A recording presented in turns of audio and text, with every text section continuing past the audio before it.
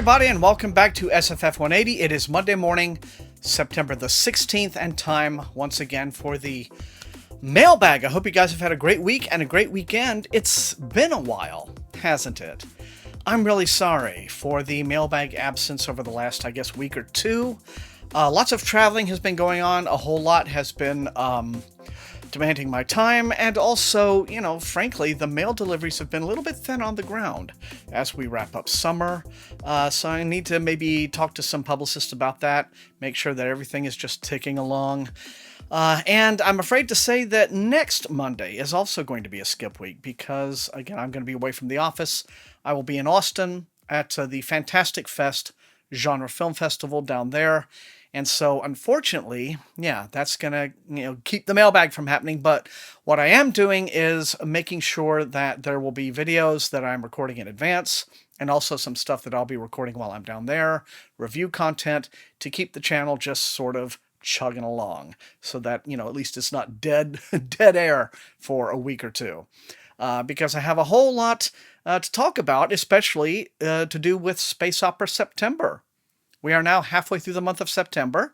I have been paying attention to the Goodreads group. I've been following the threads, even though I haven't really been able to contribute much. But I just want to say, with nearly 300 of you in the Goodreads group, it has been so gratifying and so wonderful and so awesome to see how many of you are just really, really enjoying this readathon. Thank you so much. It's just been a great thing to see. I really wanted to contribute something to BookTube SFF that a lot of people would get a lot out of and enjoy, maybe discover some new books, some new kinds of books. I'm hearing from a lot of people who don't really have a lot of, history reading space opera, and they're finding some things that they are enjoying. And that is just incredibly, incredibly gratifying. So thank you so much. And we still have half a month to go on that. So, keep plugging away. Get those books read, get those spaceships, rank up. You can do it, okay? Alrighty then. I wish I could say that we had a massive, massive mailbag, with all of this absence, but it's about an average size batch of books, so we're going to get through them fairly efficiently. And, without further ado, let's see what we have, shall we? Okay, we're going to start out here. There are 4 packages, 4 of these little white envelopes in a row from the Macmillan Corporation. So, let's see what we've got. Okay, and we're starting out with something a little bit unusual, both for me as well as for Tor, really. This is a graphic novel.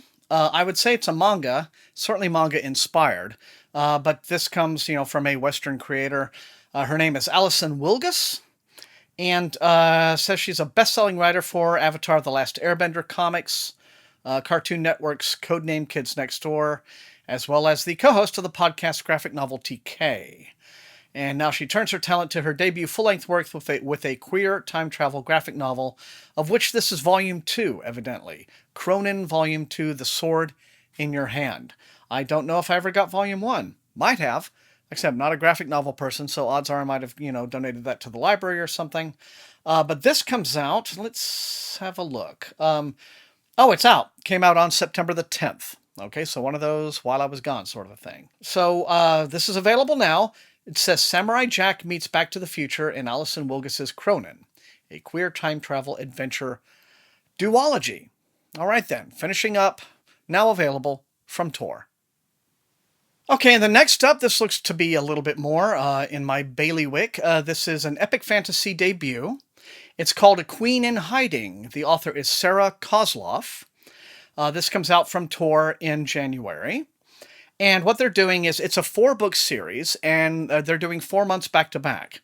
So the idea is binge the whole thing 4 in a row. Let's see, the second one is called The Queen of Raiders, A Broken Queen, and then The Cerulean Queen. To wrap it all up in April. So, but this one comes out, as it says, let's see, January the 21st, the first in the Quartet of the 9 Realms series. In Book 1, readers meet Cerulia, Princess of Wirandale. Orphaned, exiled, and hunted, she must master the magic that is her birthright, become a ruthless guerrilla fighter, and transform into the queen that she is destined to be. God, these fantasy heroines just have so much on their plate, you know? It's like such a demanding schedule. To do it, she must win the favor of the spirits who play a role in mortal affairs, assemble an unlikely group of rebels, and wrest the throne from a corrupt aristocracy whose rot has spread throughout her kingdom. Okay then. Breathtaking and cinematic epic. Doesn't say that it's YA. It's probably not going to be marketed as YA, but it has kind of a YA sound, doesn't it? The only thing missing to make it fully YA, I guess, would be the obligatory romance. I see no indication of that here, though that doesn't mean there isn't one in here. But anyway, A Queen in Hiding, available January the 21st from Tor. Let me know in the comments. Okay, and moving on down, we have another one from Tor that, again, sounds and looks very YA, but it's not from Torteen, and they're not saying it is. But this is called Burn the Dark. The author is S.A. Hunt. It's described as supernatural meets chilling adventures of Sabrina meets Stranger Things. Make sense of that how you will. Burn the Dark, the first book in the Malice Domestica horror action-adventure series about a punk YouTuber on a mission to bring down the witches who wronged her mother. I just read it, guys. It's okay. This comes out January the 14th. And it says it's a kick-ass debut that masterfully conquers urban fantasy, horror, and the creepy aspects of social media today. Burn the Dark stars Robin, a YouTube celebrity gone viral with her intensely realistic Witch Hunter series. However, even her millions of followers don't know the truth. Her series isn't fiction. Well, neither's mine. I mean, come on. Robin's ultimate goal is to seek revenge against the coven of witches who wronged her mother long ago.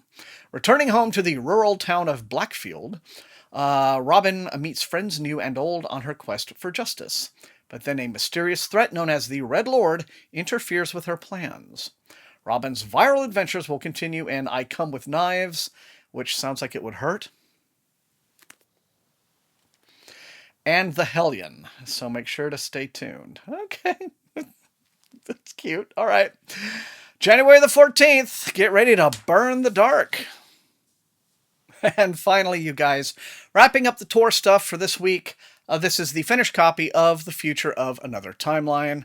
This is by Annalee Newitz, who wrote Autonomous, very excellent sort of late cyberpunk, modern post-cyberpunk epic from a couple of years ago, and now she's back with kind of a time travel story. And it goes like this. This comes out a week from tomorrow. Okay, so not this week, but next week. In 1992, after a confrontation at a Riot Girl concert, 17-year-old Beth finds herself in a car with her friend's abusive boyfriend dead in the back seat, agreeing to help her friends hide the body. This murder sets Beth and her friends on a path of escalating violence and vengeance as they realize many other young women in the world need protecting too. In 2022, determined to use time travel to create a safer future, Tess has dedicated her life to visiting key moments in history and fighting for change. But rewriting the timeline isn't as simple as editing one person or event. And just when Tess believes she's found a way to make an edit that actually sticks, she encounters a group of dangerous travelers bent on stopping her at any cost. Tess and Beth's lives intertwine as war breaks out across the timeline. A war that threatens to destroy time travel and leave only a small group of elites with the power to shape the past, present, and future. Against the vast and intricate forces of history and humanity, is it possible for a single person's actions to echo throughout the timeline? All right, that's the question, and it will be answered a week from Tuesday in The Future of Another Timeline by Annalee Newitz from Tor Books. And up next, we have a very tiny Random Penguin package. Looks like a mass market paperback. And it is. It's a copy of Fallen. This is the new book by Benedict Jacka, and this is the 10th volume in his Alex Virus Urban Fantasy series. So, by the time a series has gotten 10 books in, you're either into it or you're not. But if you've been curious about it, well, you have 9 to catch up with before you get to this one. And if you're a big fan, well, then you'll be happy to know Fallen, I guess, has arrived or is arriving, I guess, later on this month or perhaps the beginning of October. But says, for Mage Alex Virus, everything is on the line in the latest urban fantasy novel from the national best-selling author of Marked. Okay, well, here you go. Fallen from Ace Books. And this one is from HarperCollins. All right, this is cute. This is fun to have. It's the finished copy in trade paperback of Chilling Effect. The author is Valerie Valdez, and it's a debut novel, and I know that a few people are reading this one for Space Opera September. If I have time, I'll try to get to it as well, but if not, I will read it very soon afterwards, because it looks like it's a lot of fun. Let's see, it's described as The Long Way to a Small Angry Planet meets Mass Effect.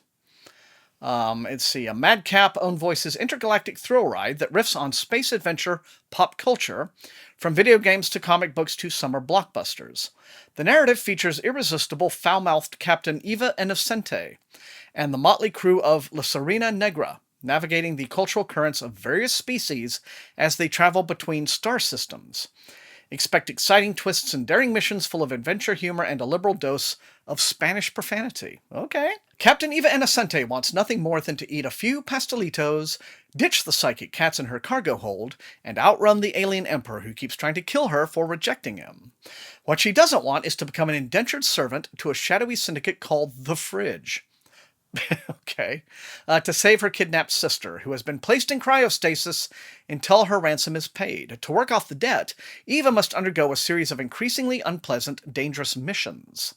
She's willing to risk everything to free her sister, her crew, her ship, and the life she's built from the ashes of past misdeeds, but quickly she finds that the threat is even greater than she ever imagined. Cute, and apparently it's featuring memorable Cuban-descended characters. This engaging space opera debut delivers a story that dances between hilarity and seriousness, with all the joy and frustration psychic cats can bring to the mix, says the Library Journal. Okay, so Chilling Effect is available tomorrow from Harper Voyager. And this next one is also from HarperCollins. And this is the hardcover for Boundless, which is a new book by Ari Salvatore. It appears to be the sequel to Timeless. It's a new Drizzt novel. That's his fan-favorite character. I don't really follow this character. I haven't really read any of his adventures, but I know that he's very, very popular with Salvatore's fans. So if you read Timeless and you've been looking forward to Boundless, well, it is now available, I'm going to assume. There's no actual sell sheet in here, so I can't give you the exact release date, so it's either out now or it will be out this week or next week. And next in the pile, we have this one from Random Penguin. And it is the finished copy in hardcover of The Princess Beard. This is the new collaboration from Delilah Dawson and Kevin Hearn. These have come out in fairly rapid succession, actually, starting out with Kill the Farm Boy. But these are a series of humorous fantasies, making fun of all the genre's tropes, as it were. And The Princess Beard is the newest one, comes out October the 8th. It's the Kingdom of Pell, the Tales of Pell series, is what these are called. And I guess they're pretty good, because I have heard from some of you, among the SFF180 family, who have read at least the first one, and I've heard some people have really enjoyed it. So, I guess maybe I'd like to get into these. But let's see. Once upon a time, a princess slept in a magical tower cloaked in thorns and roses. When she woke, she found no Prince Charming, only a surfeit of hair and grotesquely long fingernails, which was honestly better than some creep who acted without consent. Good point. She cut off her long braids and used them to escape, but she kept the beard because it made a great disguise. This is not a story about finding true love's kiss, it's a story about finding yourself on a pirate ship where you belong. But these are no ordinary pirates aboard the Puffy Peach, serving under filthy lucre, the one-eyed pirate captain. First, there's Vic, a swole and misogynistic centaur, on a mission to expunge himself of the magic that causes him to conjure tea and dainty cupcakes in response to stress. Then there's Tempest, who's determined to become the first dryad lawyer, preferably before she takes her ultimate form as a man-eating tree. They're joined by Alobartolus, an awkward and unelfly elf who longs to meet his hero, the Snarkivist. The Snarkivist, okay. Who is said to take dictation directly from the gods of Pell. Throw in some mystery meat and a dastardly capitalist plot, and you've got one pell of an adventure on the high seas. Okay, so it's that kind of thing, right? But The Princess Beard, again, available from Delray Books in hardcover on October the 8th. And this week I thought I would save the best for last. This is a big box from the Hachette Group. Think I know what's going to be in here because I remember talking to the Orbit publicist not long ago. So this is going to be a big old stack of cool stuff. So let's open this up and dig in, shall we? Yeah, it is a big box of cool Orbit stuff, and we're starting out with The Bone Ships. This is a new fantasy by R.J. Barker. This is the first volume in something called the Tide Child trilogy. Looks really nice. Let's see what it's all about. For generations, the fleets of the 100 Isles have built their ships from the bones of ancient dragons to fight an endless war. The dragons disappeared, but the battles for supremacy persisted. Now, the first dragon in centuries has been spotted in far-off waters, and both sides see a chance to shift the balance of power in their favor. Because whoever catches it will win not only glory, but the war. So 2 nations at war, a prize beyond compare. So, for all your dragon-fighting goodness, The Bone Ships from R.J. Barker, coming out from Orbit. And the next one of these Orbit books is by Vivian Shaw. This is a new novel in the Dr. Greta Helsing series. This is called Grave Importance, and I guess, as you see, they appear to be a riff on these Bram Stoker Victorian horror, as it were. Let's see. Oasis Natron, an exclusive secret luxury health spa for mummies in the French countryside, equipped with the latest in therapeutic innovations, both magical and medical. To Greta Helsing, doctor to the undead, it sounds like paradise, but when she is invited there as an interim medical doctor, she is faced with a mystery that will take all her diagnostic skills to solve. A peculiar complaint is arising among her mummy patients. With help from her friends and colleagues, including Dr. Faust, a sleepy scribe god, witches, demons, a British Museum curator, and the inimitable vampire Sir Francis Varney, Greta must cure this strange illness before anybody else crumbles to dust, and before the fabric of reality itself is torn apart. Grave Importance. I love the idea of a doctor to Victorian-era monsters. That's great. It's coming out from Orbit by Vivian Shaw, and I think that this is the 3rd one or so in this series of books. And next we have Dark Forge. This is by Miles Cameron, a.k.a. Christian Cameron. And this is the 2nd book in the Monsters and Mages series. It's a sequel to Cold Iron, a book that I reviewed here on the channel some months ago. And which, I quite liked. Although, it's a very dense, very tightly packed fantasy. It's kind of a slow burner, takes its time building its world and its character and its story and all of that. But if you are familiar with Miles Cameron's earlier series with, I think the Red Dragon and those, you'll be familiar with, his approach to fantasy. So, you'll be in, standing in good stead there. But Dark Forge is one that I am very much looking forward to getting into, continuing this trilogy. The trilogy is complete in the UK. They released them in very rapid succession over there. Here in the States, they've kind of spread it out. The 3rd book is called Bright Steel. It's already out in England, but Dark Forge comes out this month, probably this coming week, from Orbit. And next we have An Orc on the Wild Side. This is by Tom Holt, who I believe writes slightly more serious-minded fantasy as K.J. Parker, not to be confused with R.J. Barker. But let's see. It goes like this. Winter is coming, so why not get away from it all? Being the Dark Lord and Prince of Evil is not as much fun as it sounds, particularly if you are a basically decent person.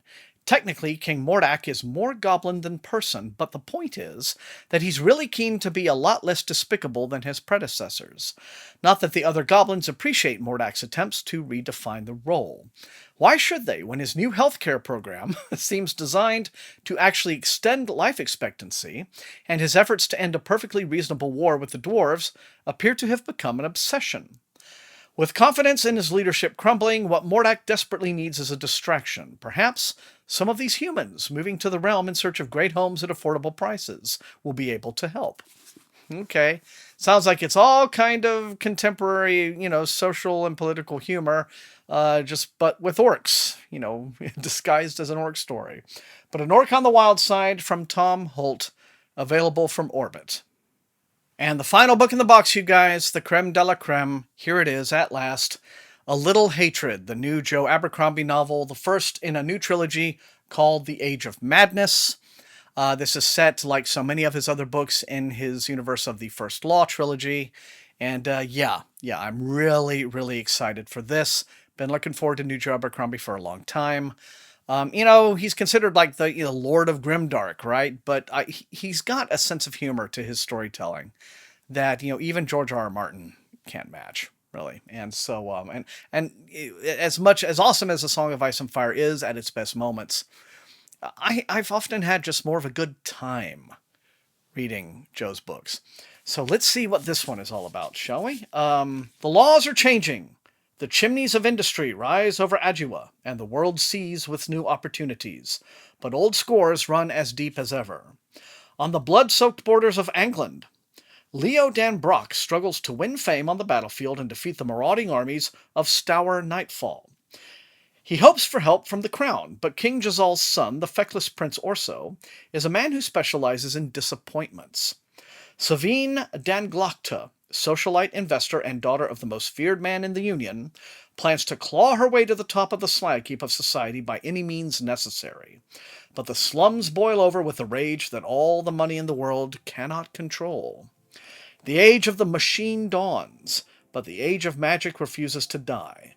With the help of the Mad Hill woman, Isern Ifeil, Rike struggles to control the blessing or the curse of the Long Eye, glimpsing the future as one thing, but with the guiding hand of the first of the Magi still pulling the strings, changing it will be quite another. So, a land undergoing change and resisting change. Sounds a lot like it, but a little hatred coming from Orbit. Long-awaited new book by Joe Abercrombie. And that's it for this week in the mailbag. You guys know the drill. Line up those comments. Let me know which of these looks most interesting and exciting to you and which you would like to see me prioritize for review. Otherwise, if you enjoyed watching, please hit that like button, share the video far and wide with all of your SFF reading friends, and above all, please subscribe if you have not done so. That is how the channel grows. You can also support the channel at my TeePublic store and at my Patreon, where recruits into Wink's Army get little perks like getting early access to some of my videos. I want to thank those people, awesome people, for their additional support. It is extremely helpful. I want to thank all the rest of you for being the very best viewers in all of BookTube, and until I see all of you next time, happy reading.